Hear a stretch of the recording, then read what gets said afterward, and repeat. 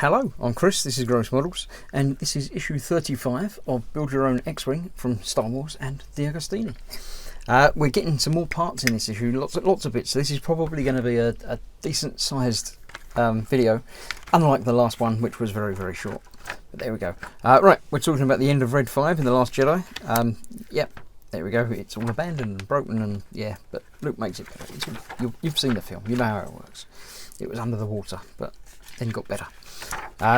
Talking about Tally, again, seen her but don't know, obviously an A-Wing pilot by the looks of the pages in here.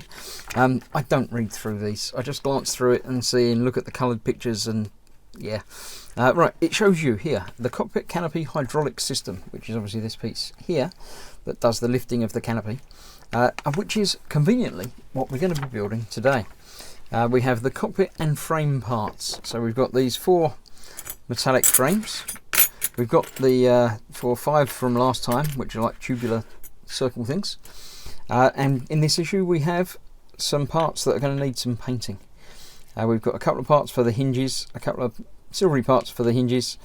I don't know why we've got one extra bit there, but there we go, and some screws and some pins.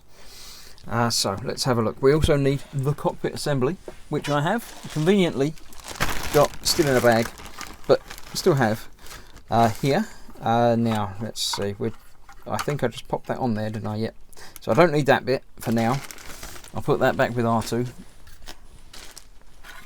So we have the cockpit assembly together with all of the hydraulic struts provided this time. So the metal pieces can go off to one side with the screws, as can the, I think that was the nav computer, but we'll worry about that momentarily. Right, we are snapping the hydraulic rods off the sprue. We're not going to snap it.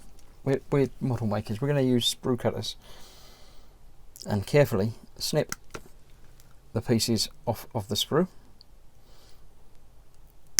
I assume that by the looks of looking ahead, they're actually going to go behind and inside pieces anyway, so you don't need to worry too much about the ends. You might need to file or sand it down just to get rid of any rough bit, if there is any rough bit, but there probably isn't. Right, now this is going to be fitted. Where's it going to be fitted? Through here. Right, there we go. Now, up in the end here, let me get some tweezers. There's a hole through there and a hole through there, which this, if I can turn it round, is going to conveniently fit in between, like that, and we're going to pin that in the middle. We're going to pin it with one of these pins, of which they've supplied 4. Right, why is there 4? Because there are bigger ones and smaller ones. No extras. Note that there are no extra pins in this, so don't lose them. Be very careful with them, especially if you've got magnetic things around, because it seems that they are metallic. So let's take them out of the packet. We have 1, 2, 3. There's another one still in the packet there. There it is, coming out. It's coming out. There it is. So we have 4 of those. Now these tweezers are magnetic, so yes, you can see that they're picking them up a little bit. Now you'll see, hopefully you'll be able to see, one end of this is slightly knurled, so it's slightly thicker. You're going to want to grab it by the knurled end and use that to go through here. Now this is going to be tricky to do, let alone to see. Basically we're pushing through the first bit of plastic, then through the tube, and then coming out the other end into the other end of that framework. So hopefully about there. No, didn't line it up right. I might need to get some close-up glasses on to see what I'm doing down here. Go through there. Right, that's through the first bit, and then come back out because of the magnets. Let's try again. Through the first bit, let's try the other end. That might be easier to push with. Through the second bit, but not through this bit in the middle. The trick is getting that to line up at the same time as everything else. So that looks like that might be it. That's through the first side and the hinge piece, but not through the other side yet. I'm going to use a pair of pliers that are not magnetic, I hope, and just squeeze gently, and then squeeze a little bit harder, because gently doesn't seem to be doing it. There we go.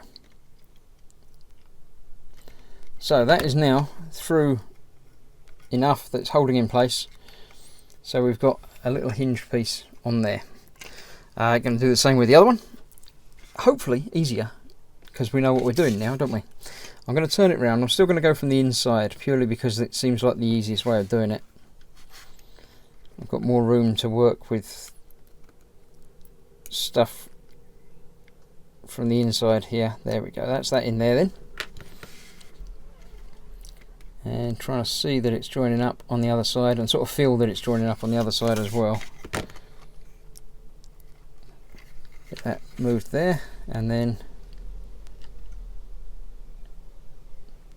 there we go. That's held in there.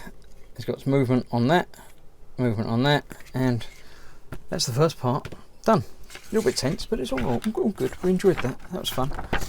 Now we're doing the same again, because we enjoyed it so much the first time. We're going to make these hinged as well. So we're doing the same again, but we don't have to worry about the canopy this time. And we're using larger pins, so everything should be just that little bit easier. Probably a good idea to start with these bits, and that will get you into the right feel of what you're doing, and you can see it easier than you can the tiny little bits. So my recommendation would be to ignore the manual, start with the big bits and work your way down. Now that's feeling a little bit tight going in there, so I think it's not quite lining up right. There we go. So that's that through there. One more of those to do. Exactly the same again. Oh, see, drop it, don't drop it. Don't go dropping things, because you might never find them again. There we go, that's that most of the way through, and yeah, that felt better, lined up well. There we go, that's that through there. Now it says to put that on there. Fits over the piston rod,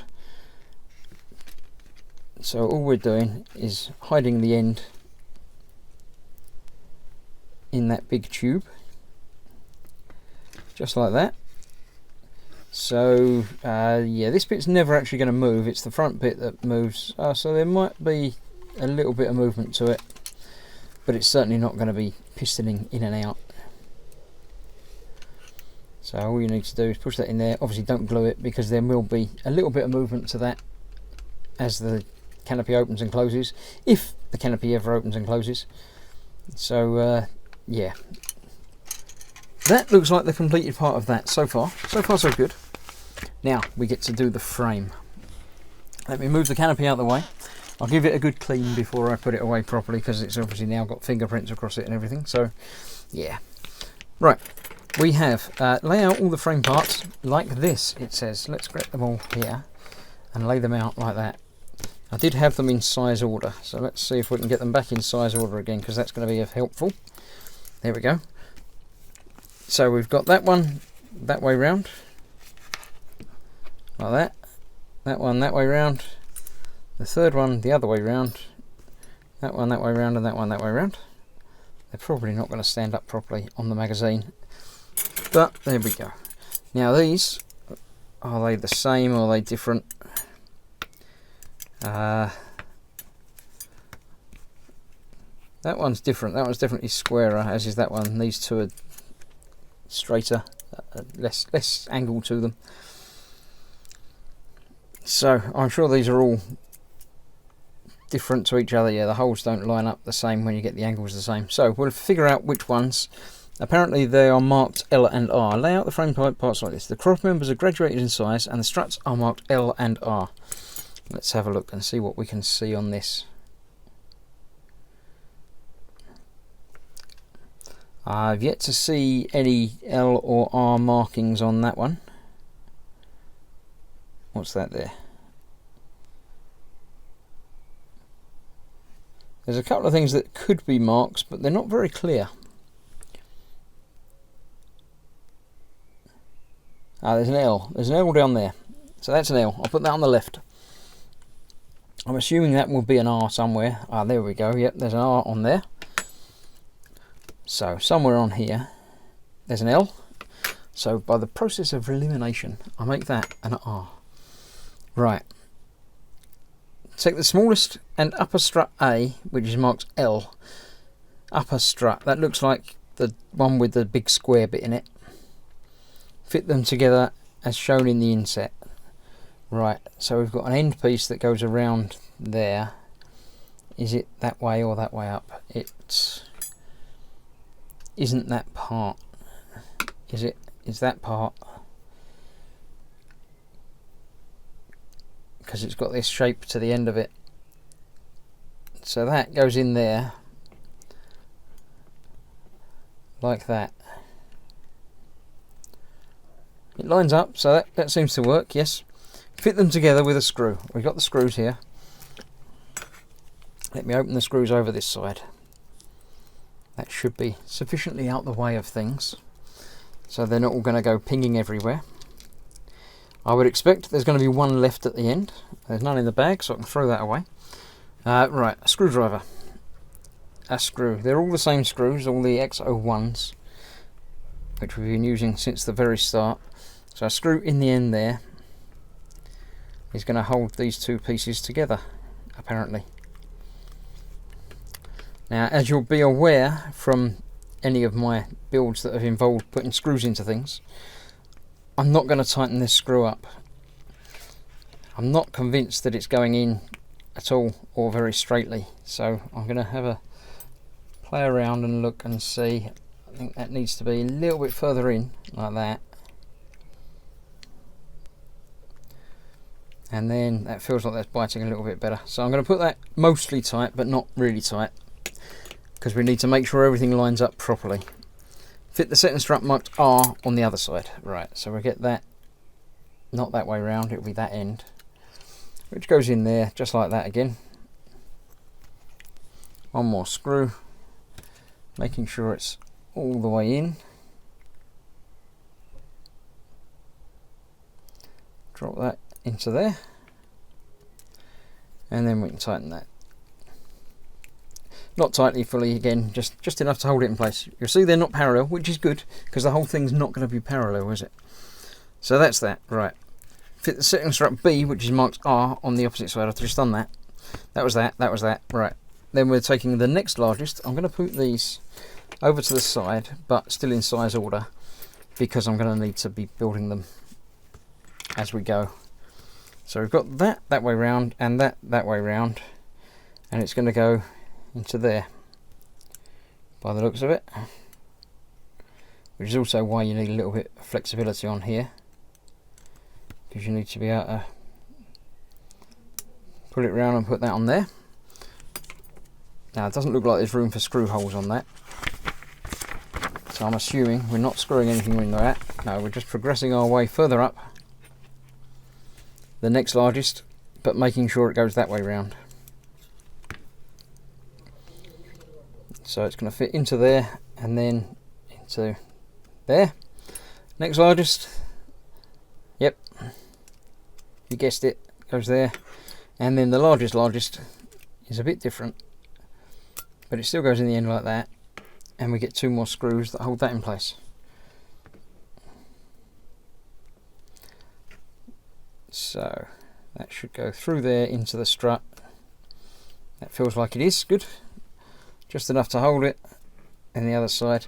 Now I'm not going to go back and tighten these screws up yet, because I know that there's the other struts to go in higher up, and again I might need that level of flexibility just to get these, you know, moving a bit one way or the other, so we can carry on with what we're doing. So I've done that. Right, take the other one labelled R, which was from the right hand side, and that goes onto the top there, somewhat like that. Or is that the other way round? It is that way round. Right, so that's going to go, there's a pin that goes into that hole on the end there. That one is the same, into that groove. then that one, and the bottom one down there needs to go a little bit further in. There's again another pin through there. There you go. So that's that. Fit them all in the strut like that, and it's going to be put the screw in either end, isn't it? Yep. So we put the screw in there. There we go, that's that. Just enough. On the other side.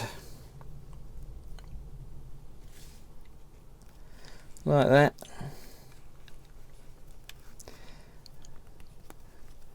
A little bit of jiggling to make sure it lines up properly. Like that.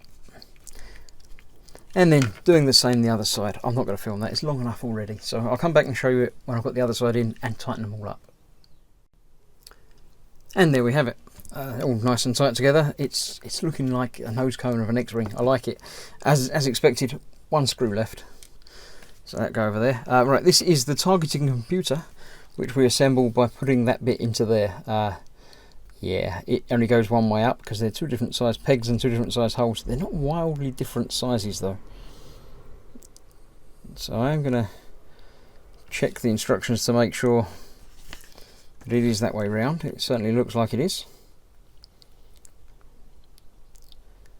So yeah, that's just going to be pushed in there like that. So yes, targeting computer ready to be assembled at some point into the rest of the cockpit. I don't know when, and it's not really ready because it does need some attention to detail, some painting, and you can't even make it out properly in that. There is a lot of detail on there, but it's all just black on black, so yeah, that's going to need some painting. Picture at the back, we have some of the bombers, all good. What I'm going to do before I finish off this run, because this is the end of the supplied pack, it looks like that's that size. So that's going to attach to there, isn't it? You've got two screw holes there. So yeah, that's going to be on there like that. Is that pins? There's pins there, so I'm going to just push that into there. That'll keep it nice and safe. There we go. So that's the main body, obviously cockpit and nose cone. The targeting computer is going to go in there somewhere. We've got the canopy, which will go over there. It had a base at the canopy, didn't it? There we go. Let's have a look. That's going to go in there, something like that, ish, maybe somewhere. Looking, there's 3 holes and 3 holes, so it's going to go about there. It might need a little bit of finagling to get it in the right place. Yes, there we go. That's where that's going to go. Targeting computer, I don't know. Is that the bit that goes over on the side here with the arm that comes around that he looks through? Or, I don't know. But anyway, we'll worry about that when the time comes. I'll pop that back on there. Now it's got some hydraulics in there as well. And the laser cannon that we've done this month as well. So, thank you very much for coming and joining me on this journey of putting together the X-Ring from DeAgostini. I shall see you soon for more. As I said, this was the 3rd of this month's delivery. What with the current global being on fire, everything, it's not 5 issues every 5 weeks. It's sort of 3 issues. So things are, eventually we'll get back to normal. But at the moment, we're just taking the issues whenever they send them to us. So that was issue 35. Thank you very much. I shall see you at some point for the next issue, but it will be another month or so, I would expect. Thank you for watching, stay safe, and see you soon. Bye.